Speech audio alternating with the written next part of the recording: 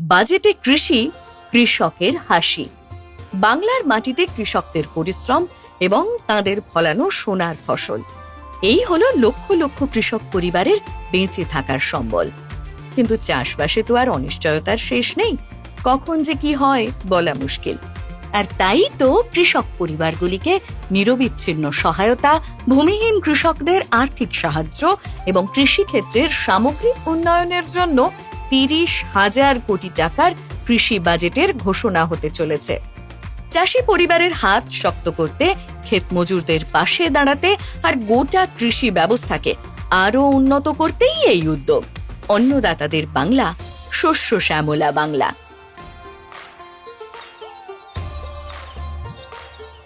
দিদির 10 প্রতিজ্ঞায় উন্নয়ন হবে আমার বাংলায়।